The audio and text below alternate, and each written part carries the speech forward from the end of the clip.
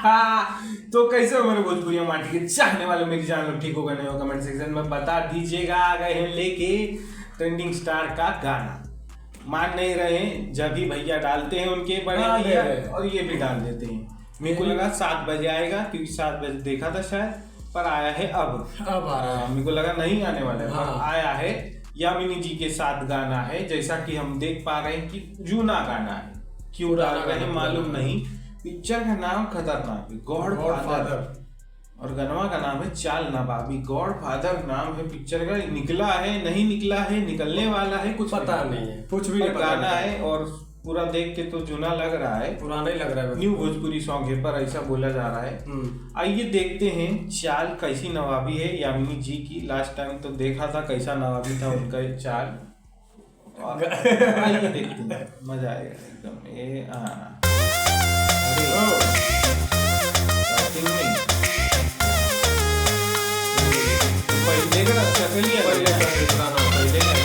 यामिनी अच्छी कैसा लगता है फिल्म में,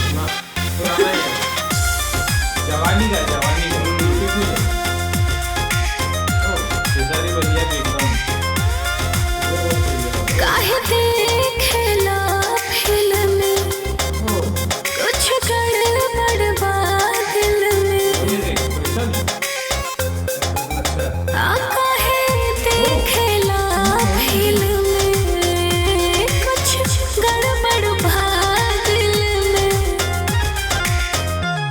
मधुर होठवा गुलाबी बा, जुबा पर लागल जाबी बा, पढ़े दारू किताबी बा, तोहर चाल नवाबी बा, जवन हमारा पहाबी बा, तोहर चाल नवाबी बा, जवन हमारा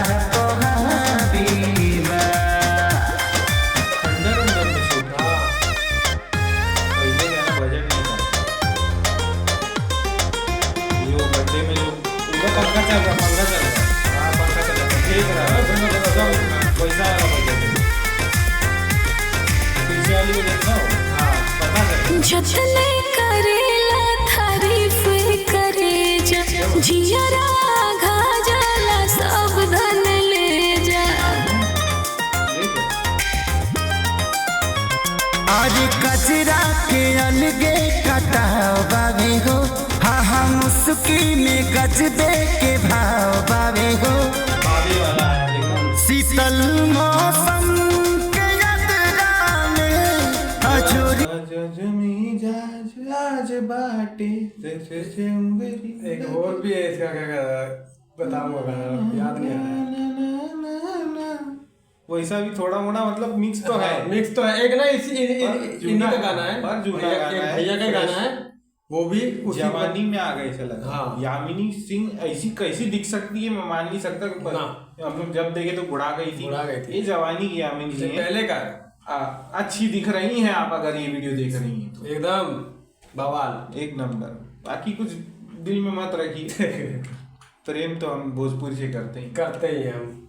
में गज दे के भाव बावे हो, शीतल मौसम के यात्रा में अजोरिया रात बदरा में, लागे छुपल चांद आधा भी बा, तोहर चाल नवाबी बा, जवन हमारा पोहाबी बा, तोहर चाल नवाबी बा, जवन हमारा पोहाबी बा।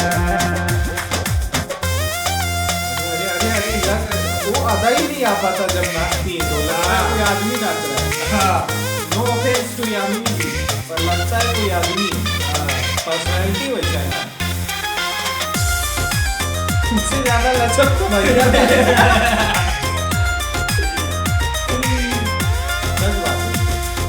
बाटे शुक्रिया हो तहरा नजार के जी, देखेला हर दाम हम तहरा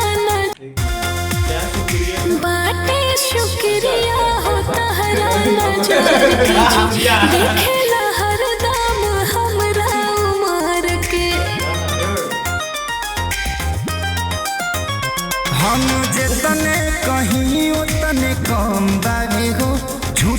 परियन के खुद पे भरम बावे हो नशा अखियन में शराबी बा हवा के सियन के शबाबी बा हमरा दिल के चाबी बा तू हजार नवाबी बा जवन हमारा हावी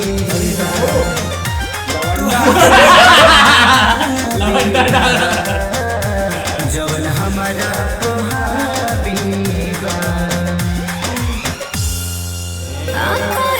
बास्केटबॉल खेलो इतना हाइट लेके आप क्या फायदा। ताकत नहीं आ पाता है यार। बुरा नहीं मानना, आपका स्ट्रक्चर वैसा, पर्सनालिटी एकदम मारेंगी तो लग जाएगा वैसा वाला। ला आप लड़की वाला सजाकत ब्यूटीफुल है आप पहले समार तो है। अभी तो एकदम क्या हो, अभी जो भी है जैसा भी है, अरे बोलना नहीं चाहिए, उम्र पर का तकादा है, सबका उम्र जाता है, पर ट्रेंडिंग स्टार अभी भी गदरा है, ताकत अभी बरकरार नहीं जाएगा, बरकरार नहीं जाएगा, ले लेगा, हम लोग ले जा। ट्रेंडिंग स्टार आ गए, जूना गाना लेके चाल नवाबी यामिनी जी के साथ में, जिनका बिल्कुल भी नवाबी चाल नहीं बिल्कुल उनके साथ लिया गया कि चाल नवाबी बना चाल चलती है तो लगता है कोई वो चल रहा है मुस्टंडा। तो भी बुरा नहीं मानिए, सब हाथ से भंग है। बाकी और कुछ नहीं, लाइक से सब्सक्राइब कर दिया, यूपी आईडी भी है नीचे, सपोर्ट दिखा दिया, अगर चाहिए रहेगा क्या कर दो। ईरान गैंग सपोर्ट कर दीजिए, कर दो, बता दिया, एक पावर है ईरान गैंग। मिला जाएगा अगले वीडियो में, तब तक के लिए हर हर महादेव।